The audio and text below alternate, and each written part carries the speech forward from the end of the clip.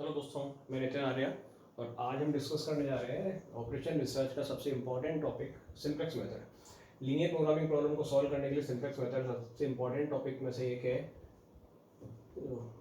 यहाँ हमने जो प्रॉब्लम डिस्कस की है linear programming problem LVP, objective function maximum में लिया है और दोनों ही constraint less than equal to form में लिए हैं। तो जो मेथड हम डिस्कस करने जा रहे हैं उसके लिए ज़रूरी है कि कंस्ट्रेंट, सभी कंस्ट्रेंट, 2 3 जितने भी कंस्ट्रेंट है वो सारे less than equal to form में हो, ऑब्जेक्टिव फंक्शन मैक्सिमम में हो और essentially x1 x2 greater than equal to 0 हो। तो चलिए स्टार्ट करते हैं।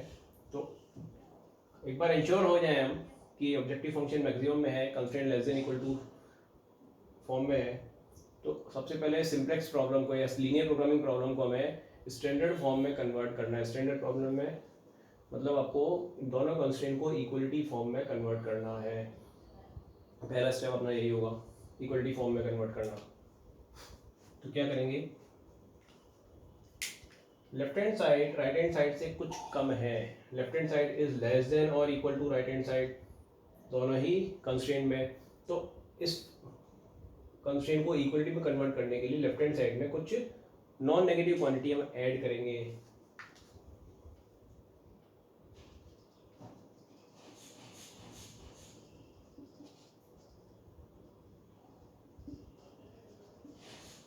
ऐसे ही 5x1 + 2x2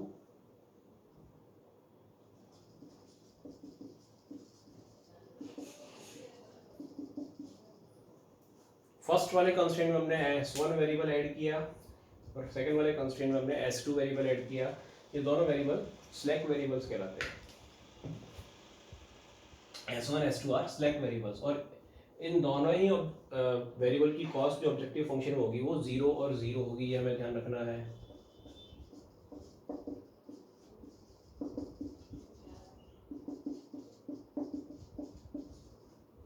राइट, ये दोनों नॉन नेगेटिव भी है।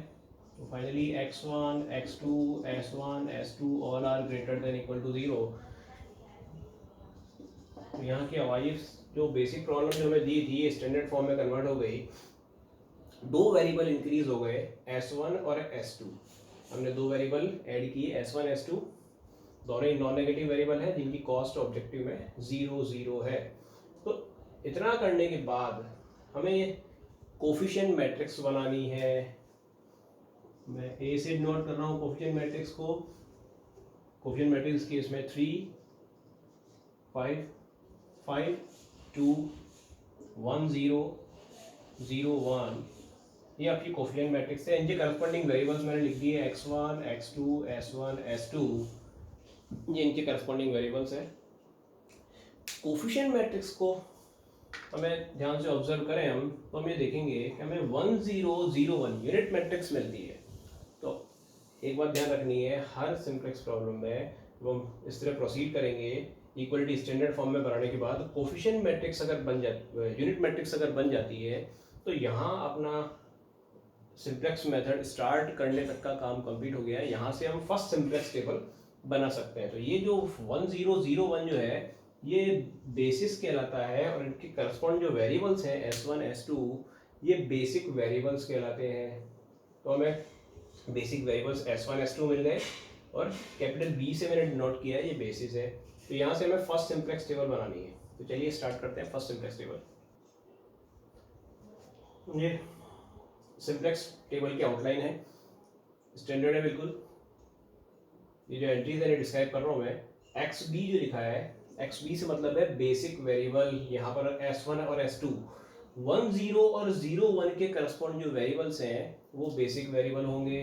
तो XB ये हो गया आपके S1 और S2। फर्स्ट नंबर पे वो आएगा जो 1 0 के करस्पॉन्ड है और सेकंड नंबर पे जो आएगा वो 0 1 के करस्पॉन्ड है। यूनिट मैट्रिक्स अगर 3x3 की मैट्रिक्स होती तो फर्स्ट नंबर पे वो आता जिसपे करस्पॉन्ड 1 0 0 है, सेकंड नंबर पे 0 1 0 और थर्ड नंबर पे 0 0 1।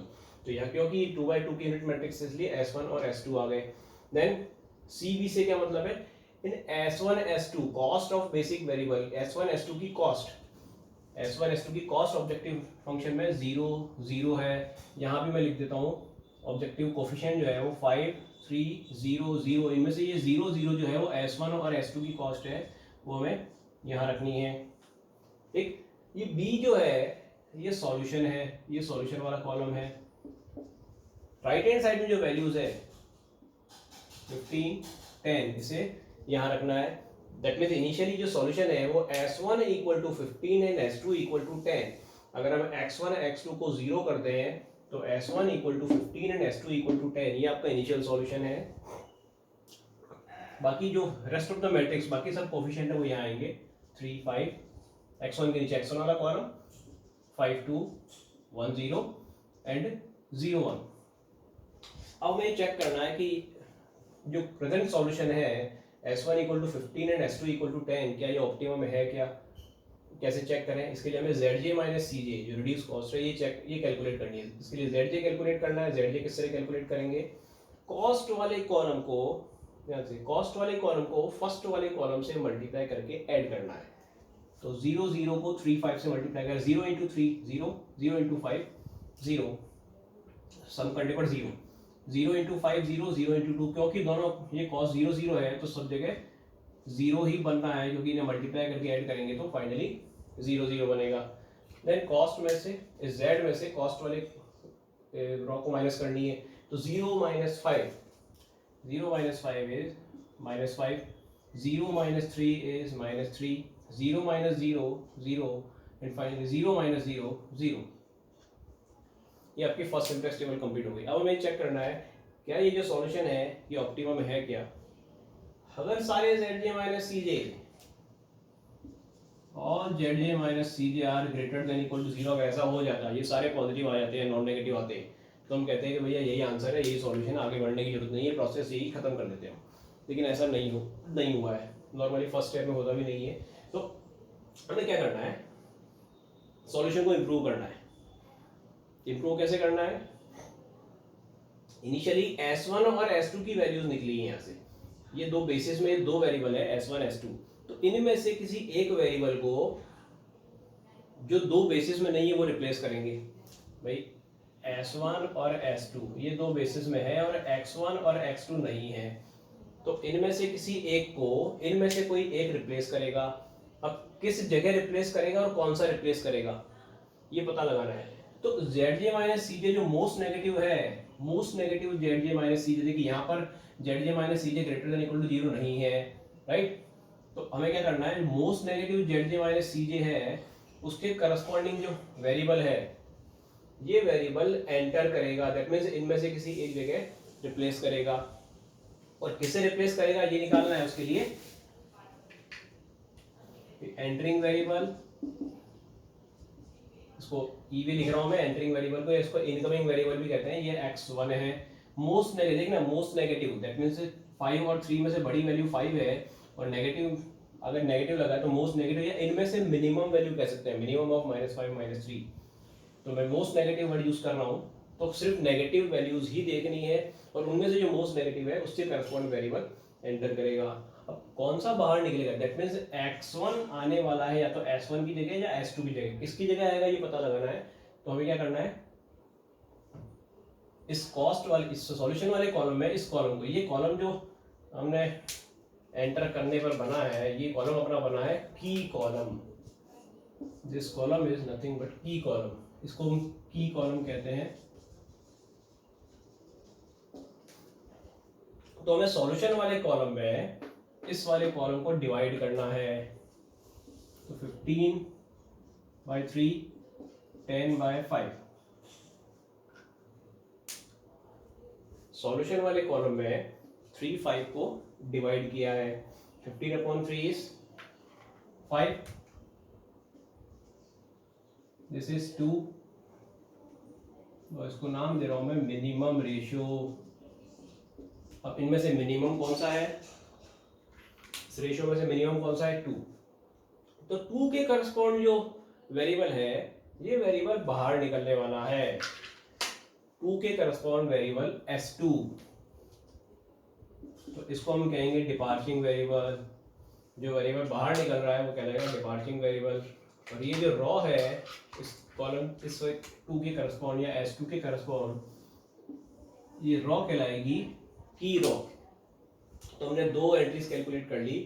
एंटरिंग वेरिएबल x1 जिसके correspond zj minus cj most negative है।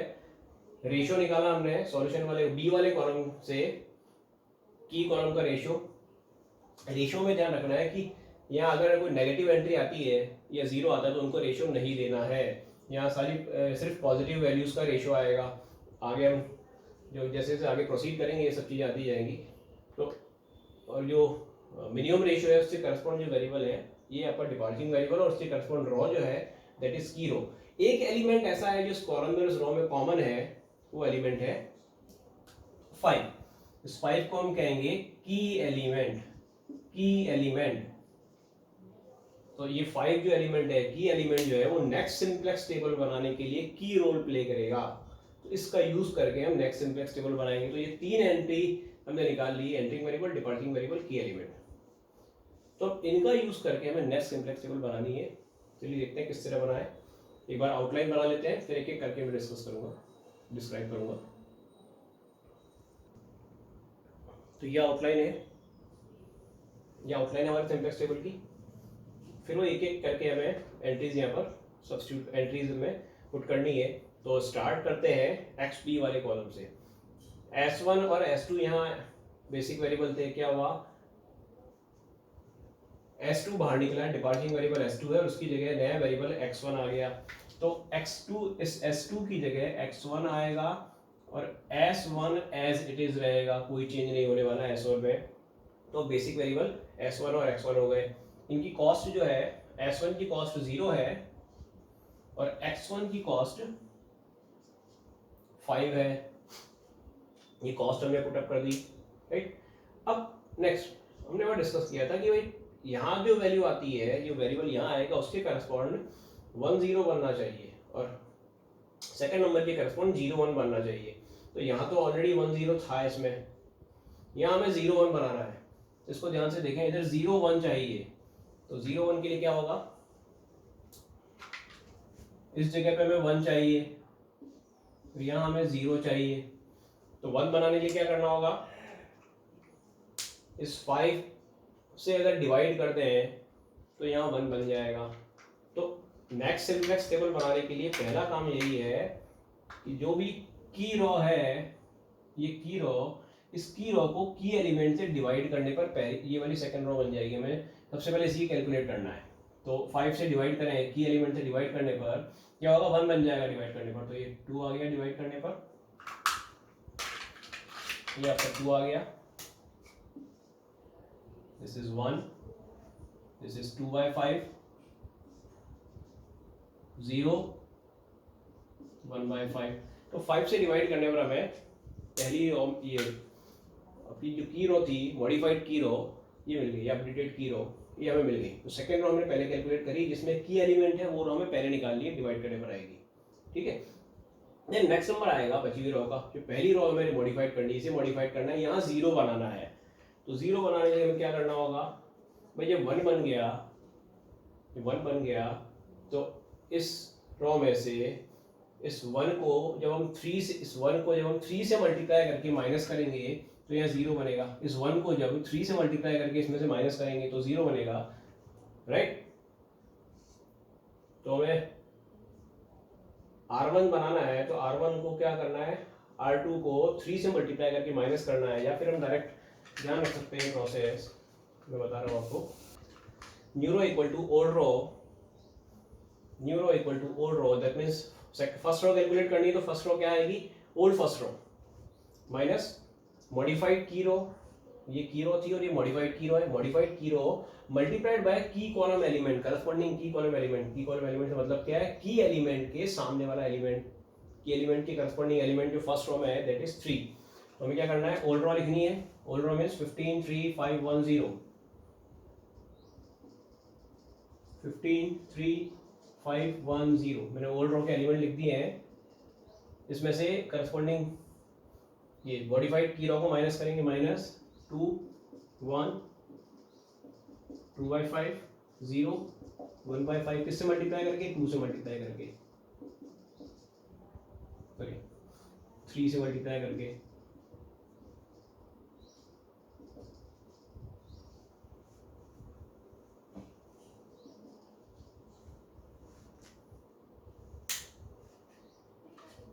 तो ये आपके आ गया 15 माइनस 6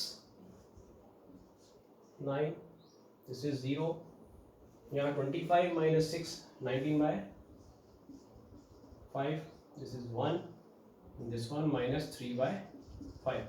तो ये आपके बाकी एंट्रीज आ गई। अगेन ZJ कैलकुलेट करने के लिए कॉस्ट वाले को मल्टीप्लाई करना है फर्स्ट वाले कॉलम से 5, कॉस्ट वाले को फर्स्ट वाले से 2, यहाँ मल्टीप्लाई करें 0, इस कॉलम को इससे 1, देन इसमें से माइनस करना है -5,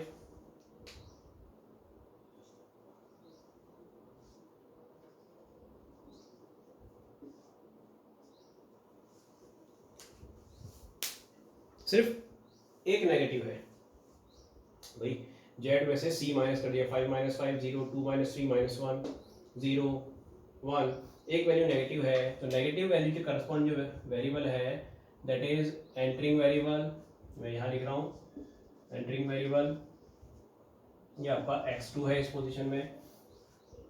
क्या करेंगे, तो ये जो कॉलम है ये की कॉलम हो गया, जो most negative Z J minus सी करस्पॉन्ड जो कॉलम है दैट इज की कॉलम, डिवाइड करना है सॉल्यूशन वाले कॉलम में इसे मिनिमम रेशियो निकालने के लिए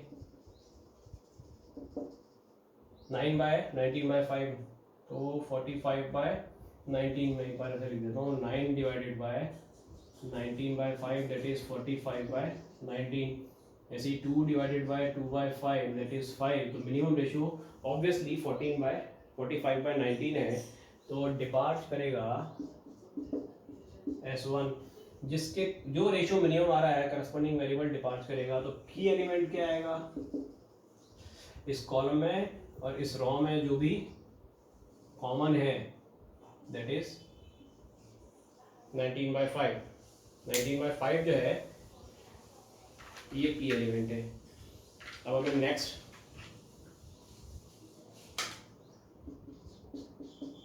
टेबल कैलकुलेट करनी है, तो एंटरिंग वेरिएबल आ गया x2, departing variable S1 and की एलिमेंट 19/5, तो नेक्स्ट टेबल के लिए मैं इस फर्स्ट वाले टेबल को डिलीट कर देता हूँ।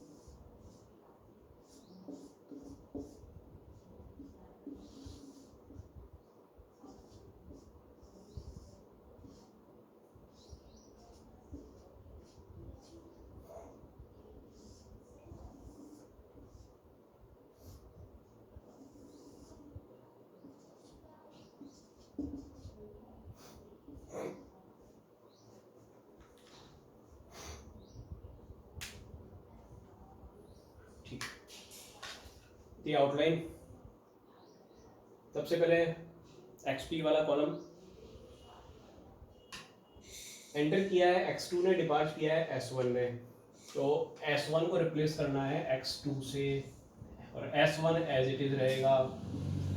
इनकी कॉस्ट x2 की कॉस्ट 3 है, x1 की कॉस्ट 5 है, ये दो कॉलम बन गए, यहाँ तक कुछ भी कैलकुलेशन नहीं है। फिर नेक्स्ट सबसे पहले हमें की रो को मॉडिफाइड करना है, की एलिमेंट को डिवाइड करना है की रो से, ताकि यहाँ 1 बन सके। तो बेसिकली हमें यहाँ 1 बनाना है, इस पोजीशन पे 1 चाहिए, यहाँ में 1 लाना है। 1 कैसे आएगा 19/5 से डिवाइड करने पर, तो 9 डिवाइडेड बाय 19/5 45/19, दिस इज 0 या 1 हो गया, या 5/19 और ये -3/19। देन इस रॉ का यूज करके हमें सेकेंड रॉ कैलकुलेट करनी है। सेकेंड रॉ के लिए पहले सेकेंड रॉ लिखें, वही same old row minus modified key row multiplied by key column element 2/5 से मल्टीप्लाई करके यहाँ लिखना है, तो मैं यहाँ लिख देता हूँ।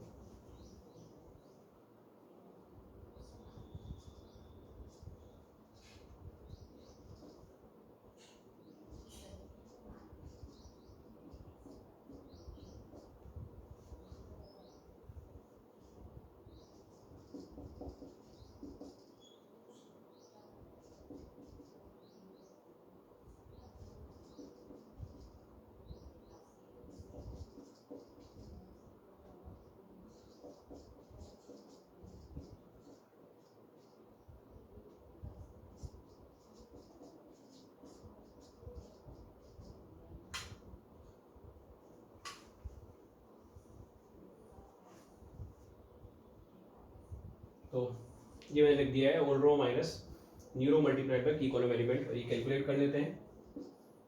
5 9 तो 45, 19 38 minus 18 20 by 19, this is 1, this one 0, this is minus 2 by 19, और यहाँ आपके 19 प्लस 6 25, तो ये आपका आएगा 5 by 19। तो ये वैल्यूज मैं सब यहाँ पुट कर देता हूँ। 20 by 19 1 0 minus 2 by 19 and 5 by 19। Then Z J calculate करें। कॉस्ट वाले कॉलम को फर्स्ट कॉलम से 5, इसे सेकंड से 3, यहाँ मल्टीप्लाई करें 5 3 15 by 19 माइनस 10 by 19, तो 5 by 19 15 माइनस 10, ओके। यहाँ माइनस 9 प्लस 25, तो 16 by 19, इसमें से कॉस्ट माइनस कर दें। 5 minus 5 0, 3 minus 3 0, 5 by 19 16 by 19, all Z J minus C J are greater than equal to 0। सारे पॉजिटिव आ गए भैया, सारे पॉजिटिव आ गए। दैट मीन्स यही जो आपकी फाइनल स्टेप है और ये आंसर है, यही सॉल्यूशन है। तो सॉल्यूशन क्या आ रहा है?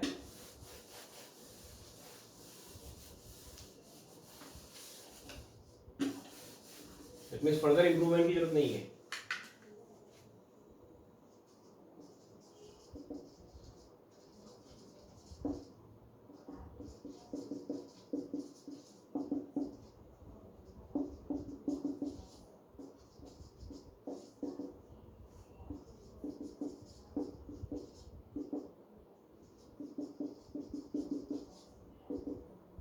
प्लस 135, तो x1 20 by 19, x2 45 by 19 and maximum z equal 235 by 19। Simply x1 x2 की वैल्यू यहाँ सब्स्टिट्यूट करने पर जो आया है ये आंसर है।